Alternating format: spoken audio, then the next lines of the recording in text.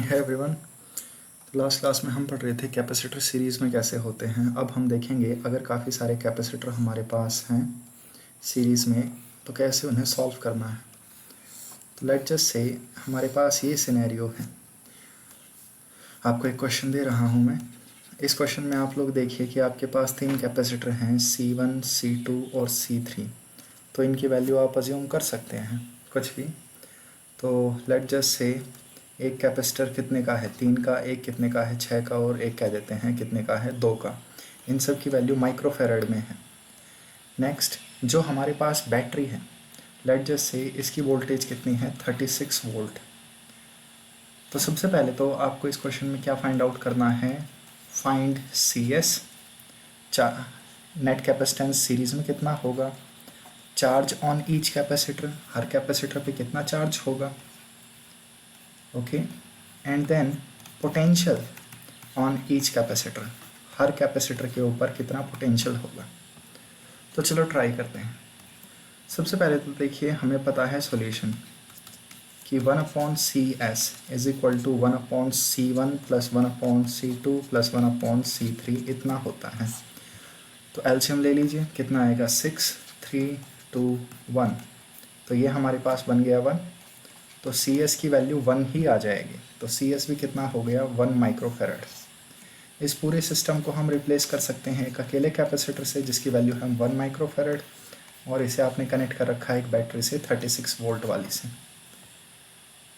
Next अगर आपको charge निकालना है तो चार्ज हमारे पास क्या होता है, charge is equal to CV। तो कैपेसिटेंस कितना है, 1, और बैटरी कितनी है, 36 की। तो 36 माइक्रो कूलम्ब, ये आपके पास चार्ज की वैल्यू आ जाएगी। अगर Q चार्ज इस कैपेसिटर के ऊपर है तो यही वैल्यू चार्ज की इन इंडिविजुअल कैपेसिटर्स पे होगी। सीरीज में सेम रहता है सबके ऊपर और रिजल्टेंट के ऊपर चार्ज। नेक्स्ट अब यहाँ पे आप देखिए आपके पास कैपेसिटर्स हैं 3।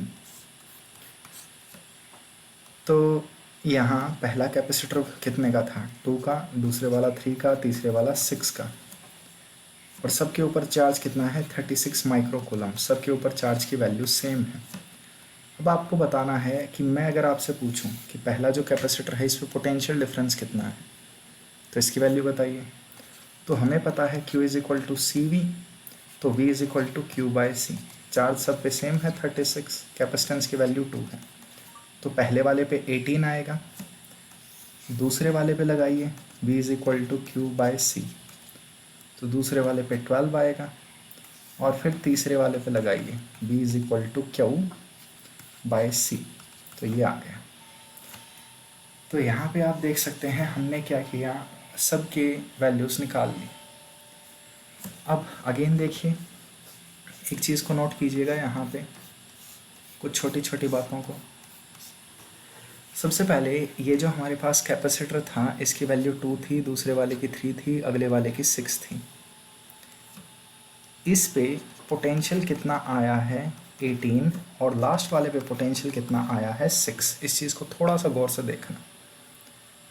तो जो मिनिमम कैपेसिटर है उसके ऊपर पोटेंशियल मैक्सिमम है, और जो मैक्सिमम कैपेसिटर है उसके ऊपर पोटेंशियल मिनिमम है। इस चीज़ को नोट करो। तो ऐसा क्यों हुआ, क्योंकि हमें पता है Q is equal to CV।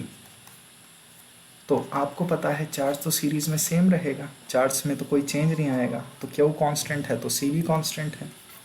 तो V और C इन्वर्सली रिलेटेड हो जाएंगे, यानी जितना बड़ा कैपेसिटर होगा उतनी कम उसके ऊपर वोल्टेज आएगी। बस ये एक चीज़ नोट करने वाली थी, थोड़ा सा ध्यान रखिएगा आगे से इस बारे में। आगे आप देख भी सकते हैं, एक शॉर्टकट नोट कर लीजिए, when all capacitors are identical. अगर सारे कैपेसिटर आइडेंटिकल हैं सीरीज में तो potential on each will be total potential divided by n। For example let जैसे मेरे पास 3 कैपेसिटर हैं, तीनों की वैल्यू C है, आइडेंटिकल हो गए। मेरे पास टोटल 30 वोल्ट है, तो तीनों को 10 वोल्ट मिल जाएगा। जितने कैपेसिटर होंगे, n क्या डिनोट कर रहा है, नंबर ऑफ कैपेसिटर, जितने कैपेसिटर होंगे उतनी वोल्टेज सबको मिल जाएगी। उस मतलब इक्वली सबको वोल्टेज मिल जाएगी। नेक्स्ट, एक बार मैं चाहता हूँ कि आप इसी क्वेश्चन को दोबारा सॉल्व करें। तो क्वेश्चन मेरे पास क्या है कि 3 कैपेसिटर हैं और आपसे पूछा गया है 2, 3, 6 माइक्रोफेराड के 3 कैपेसिटर हो गए, 36 वोल्ट की बैटरी हो गई। आपको बताना है फाइंड पोटेंशियल ऑन ईच, हर किसी पे कितना कितना पोटेंशियल होगा विदाउट फाइंडिंग चार्ज। तो आप बिना चार्ज फाइंड किए भी पोटेंशियल बता सकते हैं हर किसी पे कितना आएगा। तो सबसे पहले देखिए सॉल्यूशन को हम स्टार्ट करते हैं। तो कैपेसिटेंस इन सीरीज़ या फिर आप कहिए नेट कैपेसिटेंस, ये कितना आया था 1 माइक्रोफेराड, इसकी हमें ज़रूरत पड़ेगी। ओके, अब देखो हमें पता है in series Q is equal to CV होता है और ये कांस्टेंट वैल्यू है। तो मैं यहाँ से कह सकता हूँ potential is inversely proportional to capacitance. तो यहाँ से मैं रिलेशन ला सकता हूँ, लेट जस्ट से पहले वाले पे पोटेंशियल होगा V1, तो V1 is equal to C1। आप देख सकते हैं ये इनवर्सली रिलेटेड है। अब यहाँ पे एक और वोल्टेज आएगी, तो यहाँ नेट वोल्टेज रख लीजिए और यहाँ नेट कैपेसिटेंस रख लीजिए, ऐसे आपका आंसर इजीली निकल जाएगा। तो देखिए यहाँ पहली वोल्टेज, यहाँ टोटल वोल्टेज, तो यहाँ टोटल कैपेसिटेंस, यहाँ पहला कैपेसिटेंस, ये इस सेंस में काम करते हैं। ओके, तो यहाँ से आपके पास एक शॉर्टकट आ जाता है कि मान लो आप किसी भी nth कैपेसिटर के अक्रॉस पोटेंशियल डिफरेंस निकाल रहे हो, potential difference across nth capacitor, ये कोई भी कैपेसिटर हो सकता है। तो इसकी वैल्यू क्या होगी, CS/Cnth into total net potential. ये शॉर्टकट भी आप यूज़ कर सकते हैं। तो इसमें आप देख सकते हैं चार्ज निकालने की ज़रूरत नहीं। ओके, नेक्स्ट मैं चाहता हूँ आप एक और प्रॉपर्टी याद रखें।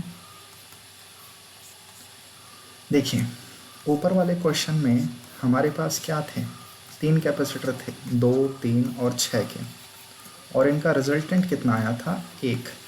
दिख रहा है, याद है।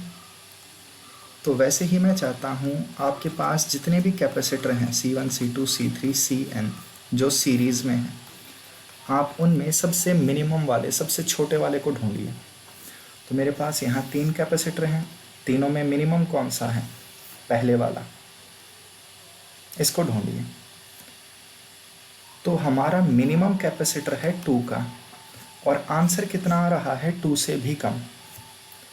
तो अगर आपके पास C1 से लेकर Cn तक काफ़ी सारे कैपेसिटर्स हैं, इनमें सबसे छोटा ढूंढिए। तो जो CS का आंसर होगा वो इससे भी छोटा होगा। आप देख सकते हैं यहाँ CS is less than minimum of 2, 3, 6। Minimum of 2, 3, 6 कितना है, 2। तो CS is even less than 2। जो कैपेसिटेंस इन सीरीज आ रहा है वो छोटे से भी छोटा आएगा, सबसे छोटा। पैरेलल में ये प्रॉपर्टीज़ उल्टी हो जाती हैं। ओके।